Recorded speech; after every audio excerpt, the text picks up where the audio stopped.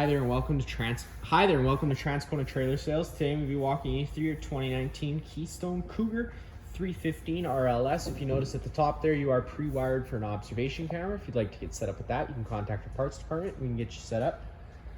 Right down below, you got a 2-inch receiver if you are wanting to connect that bike rack, and then you got your 50 amp twist lock connection.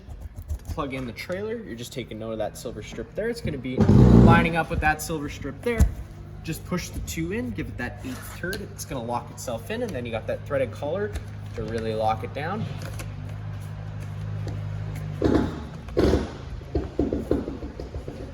If you follow that cord back, you do come to a standard 50 amp plug-in. Now a lot of campsites don't have this plug-in, so we do include this 30 amp dog bone adapter. Just keep it in mind when you're going down to 30 amps of power, you can't run 2 air conditioners at once, although this unit is only equipped with 1 air conditioner. You can hook up 2 if you were to have 50 amp service. You can just plug that in. And we also include a 15 amp park adapter in case you're wanting to run the fridge and the lights on the driveway. But like I said, when you're going down to 15 amps of power, it's really only to run your fridge and your lights. Not going to be wanting to run any air conditioners or anything like that, just because it's not enough power. Down the left of the unit, you'll notice right here you've got this tube in the back. You're just lifting that, taking that out of the way. If you open this guy up, you can store your sewer hose in there if you would like to do so. It does keep a lot of the stench out of the unit. For now, we do have it brand new sealed inside that front compartment, and I'll show you that once we get there. You're gonna notice off to the left here, you do have your fresh water drain. The way that works is you're just gonna pull that guy. It's gonna drain any water that's inside the tank. Up here, you're gonna see that fresh water drain. You do just have to take your 731 key, which comes included with your unit. It's just going to be that little silver key.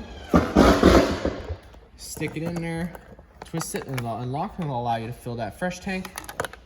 Just locking that up, keep that secure. Right here, you're going to notice 2 ports. It's just your fridge service ports, not much you need to worry about there.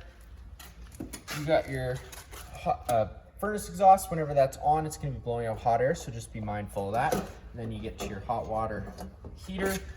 I'm going to go over a reset procedure inside. When I refer to a reset button, it's going to be the one I refer to right here. Whenever you first get to your campsite, you're always going to want to give that pressure relief valve a pull. There should be a shot of water that comes out of there, letting you know that the tank's full. If there's no shot of water coming out, it's letting you know that the tank's empty, and it wouldn't be safe to fire up as you run the risk of burning out your tank.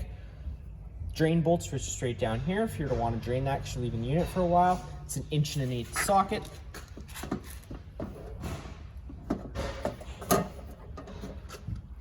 Right down below, you are going to have your gray tank drain, your main sewer outlet drain. You're going to hook your sewer hose up to that.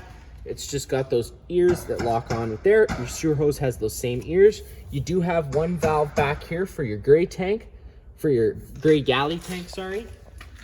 And inside this compartment here, if you lift this guy up, you're gonna notice on the wall here, you do have your other tanks as well. You got your black, which is filled from your toilets. It's just gonna be your dirtiest water, so you're gonna wanna empty that first, and then you can go behind there with this gray tank and that other gray tank, as it's gonna be typically a little cleaner water.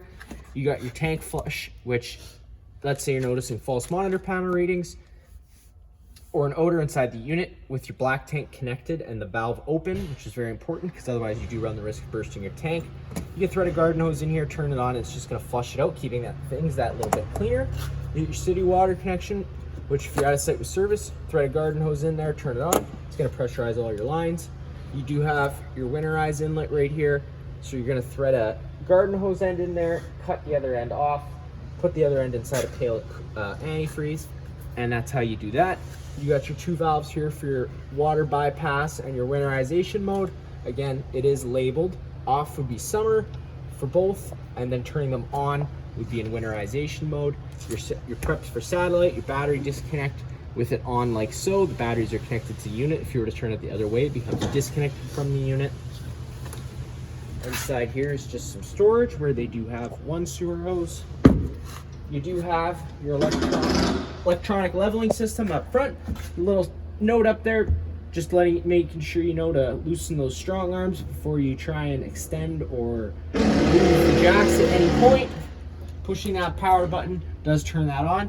Just letting you know now that you do have to have your batteries connected for this to work. If you were to want to auto level, you could just hit auto level. It would automatically level the unit. If you're wanting to manually run them, you can just switch between these different modes here where you can manually retract or extend whatever one you're wanting to do. Or you can just hit these buttons, front left, front right, and then rear left and rear right. Hitting that power button again turns it off. Close this guy up. Inside this compartment, you are going to have one propane tank, so always making sure you turn that on. Opens up the flow of propane to the unit, opening it up all the way. You come around the front, you got a little docking light underneath here. Turning that on does turn on power. You got your docking lights, which are just accent lights on the front, which look pretty cool at night. And then inside here, open this guy up. If you lift that up, you got your spare tire located inside here. You got your battery box, which houses your 27 RV. That's gonna be pretty much it for inside here, other than if you're wanting to store some stuff. Again, those strong arms right down here, they are loose currently.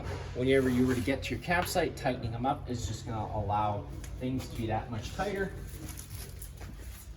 Around this side here is just going to be your second 30-pound propane tank. You don't have to run both at once. You can run one at a time, depending on your preference. And then this is just the other side of that compartment you've seen, where again you're going to have your RV starter kit, and inside that box you're going to have everything you need, like your sewer hose, your water hose, some toilet paper, gloves, and all that good stuff, as well as that 15-amp park adapter. If you were wanting to put a TV in here, you could do so. You do have a plug, a satellite outlet, as well as a little mount for a TV mount if you want to go with that. You got two 110 plugs. To get inside, you're just taking that assist handle, pushing it up fully at 90 degrees, and it locks into place. You take that handle, open up that door, making sure you do open up that door all the way to bring these stairs out. Get the stairs out, you're just taking this ring, giving it a pull, and bringing these stairs down. You got these two pins on either side. If you were to pull them out, it would allow you to adjust your feet to your campsite needs, so your stairs can sit nice and level. Once down on the ground, you can take a step on the inside. You got your fire extinguisher right on the left. That's simple, just like home. Pull the pin and shoot.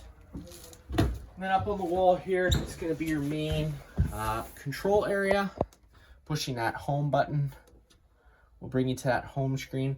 One thing I'll mention now, if the unit's left for a while, it's going to ask you for the password. The password that we currently have it set for is just 000. You can change that in the settings once you're done, but the password for it right now is 000, and this is going to give you access to everything, including your interior lights, your water heater. Pushing the water heater button, you can either fire it on gas or electric or both. I do recommend only running it on one though. And then you can turn on your water pump just by pressing that water pump switch.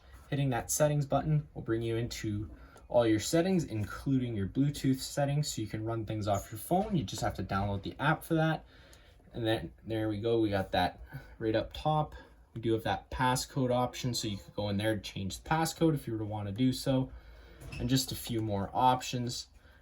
Then you get into your slide/awnings. So the way that works is you hit that button out. You're going to hear that bedroom slide start making its way out. Once fully extended, you're just going to hear some clicking, and you know to let off that button.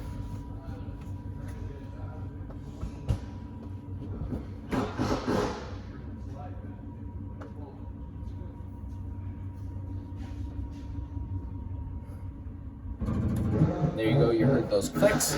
Now you're going to have a front awning and a rear awning. Today we are only going to use the front awning, as it's going to work the same way as the rear awning, and I don't have quite enough room to bring the rear awning all the way out. So if you hit that front awning button, that awning's going to start making its way out, and once fully extended, you're going to see the back of the metal tube and the little flap hang down.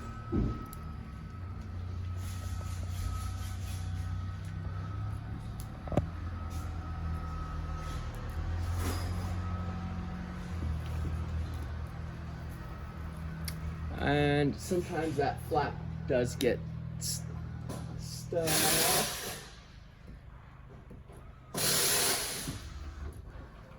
So you do just have to retract it a little bit and then put it back out, and it starts making its way down, and you know you're fully extended. Now for it to start raining, you can take any arm, front or rear, and just pull down on it. It's going to change the pitch of the awning head, allowing water to then run off. Now if you like that angle better because it allows for more shade, you can do the same thing with the front arm.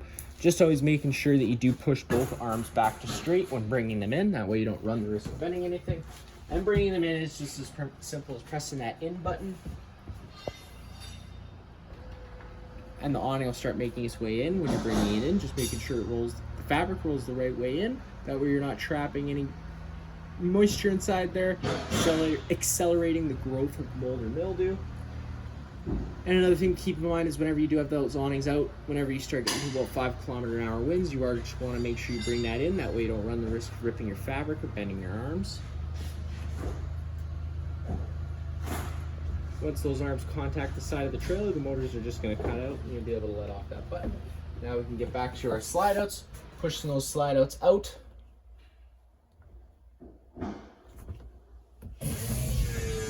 Slide out's going to start making its way out. These rear two slide outs do work a little bit different. There's going to be no clicking. The motors are just going to wind up and cut out.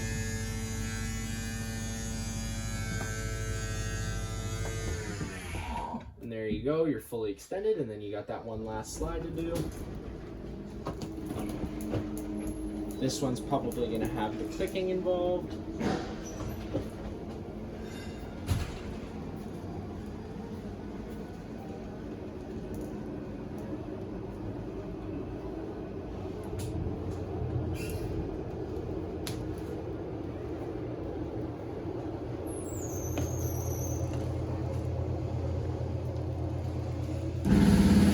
There you go, you got that clicking, so that's it for that. Then you can get to your lights and you can control all these lights manually. Bedroom, ceiling, and awning lights. And then you got your HVAC, which front AC, that is going to be not hooked up. Everything is going to run off this rear AC option. So, and you're also going to be able to control this vent lid inside the kitchen area. Hitting that vent lid open, just giving it a second for it to calibrate, and it's going to open up that vent lid.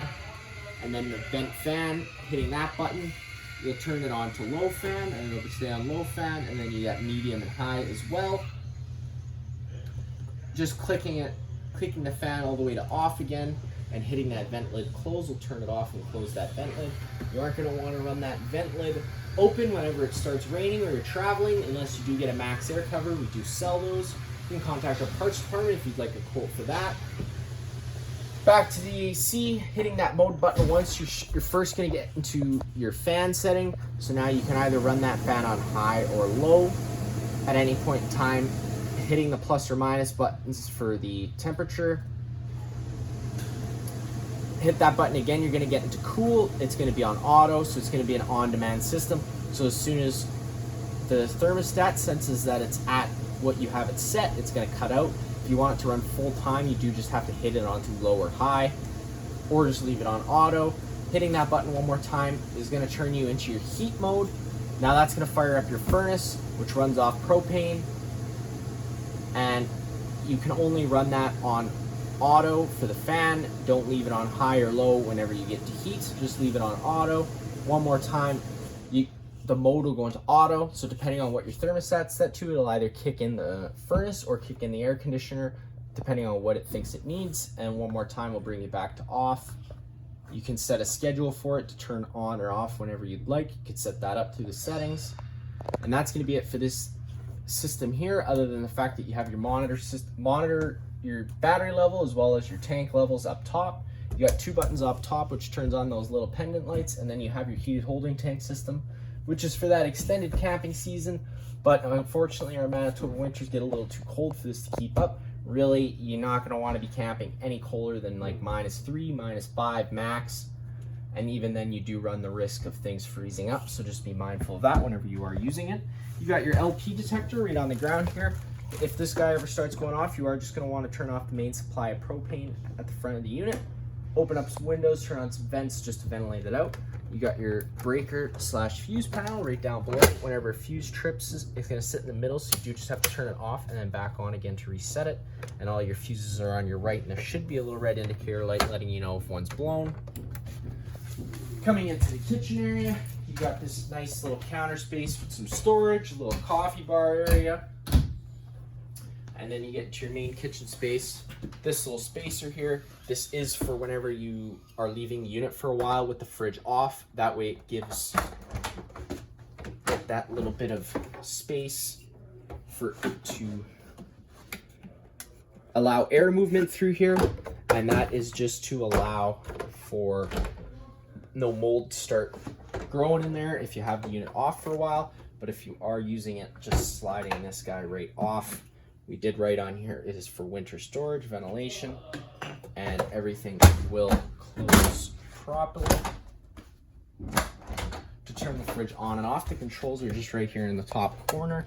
Hitting that button on, it's gonna first go to auto. So whenever you're in auto, it's gonna first search for shore power. Once shore power is taken away, it'll switch over to gas. If you do want it to run solely on gas, you can press this button. There's a little dot in the corner there that'll tell you what you're running on. So it's currently running on LP. Hitting that button one more time will take you back into auto, which again runs off of shore power first. And then you can change your temperature settings, 5 being the highest, 1 being the lowest.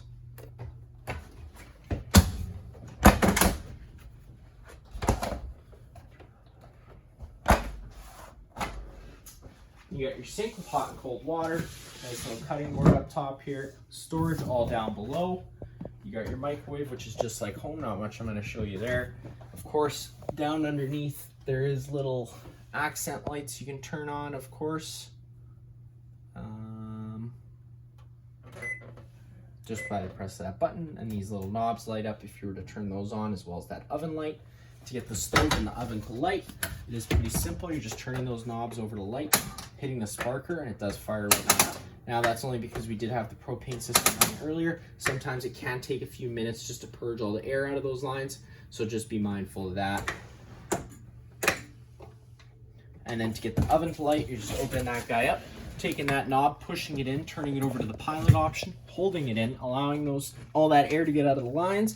Then you can hit the sparker and it fires right up onto the pilot, holding it in another second. You can let it off. It's going to hold the pilot. Oh, that didn't hold it.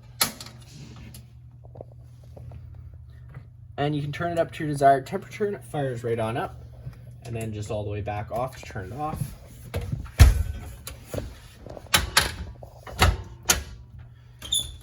Little closet area with storage. Then you get into your entertainment center where you got your TV, of course, storage all around. You do have some extra accent lights you're going to see around the unit. You get your stereo, which is going to be just like home, minus the fact of having zone 1 and zone 2. Zone 2 is going to be your exterior speakers, and zone 1 is going to be your interior speakers. Then you got your little fireplace down below. The controls for that are right up top. You got that power button, which turns it on the far right. The button beside there is going to change how bright your lights are inside. Then you can change it between high and low heat. And then, of course, you can change your temperature with the button right next to that, which is one from the far left. And it goes all the way from, I believe, 60 to 82. And it'll start again at 62. And then you do have a timer, which goes anywhere from 1 hour to about 9 hours. Power button on the far right to turn it off again. You get inside your back area here. This does turn into a bed. You're just having to take those couch cushions off. Take the couch, pull it out. You got your 2 bottom feet. You just gotta slide out. That'll come down. You can take the back of your couch, fold it down, and you have yourself a bed. Get it back in. You're just doing the opposite.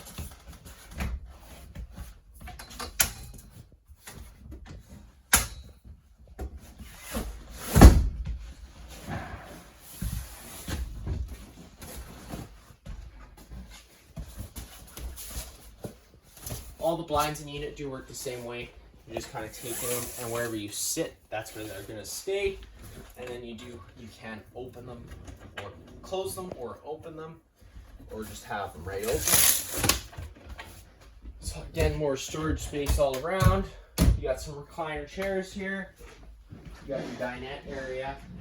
Again, got some more accent lights as well as this dimmer switch. That dimmer switch turns these lights on, and you can dim them just by holding the dimmer switch. They're going to go bright to dim, and wherever you let off is where they're going to stay. Taking a step up, get into the bathroom. The door does open a little differently. You kind of have to pull it. It slides open like so. You got your light switch straight above that outlet there. Down at this outlet, you got test on the bottom, reset up top. If you ever have an outlet that doesn't work, this would be the first place I'd check. You got a shower with hot and cold water, bathroom, toilet, sink. Then we can open up and get inside the bedroom. You are hooked up for a WineGuard satellite system, but you would have to get hooked up with either Bell or Shaw to get set up with that. You got drawers all around. TV, of course. Inside here is just some storage space, but if you were to want to get a washer dryer combo, you could do so. It is pre-plumbed and wired for it. You would just have to take this shelf out and of course do some plumbing. If you'd like to get set up with one of those, you could contact your parts department and they can get you a quote for that. Smoke detector up on the wall here. Then you got a closet space with a little travel strap latch. You can pick up the foot of the bed. You also have some more storage underneath there for some blankets, whatever else you'd like to put in there. That's it for this unit here. If you have any other questions, feel free to give us a call.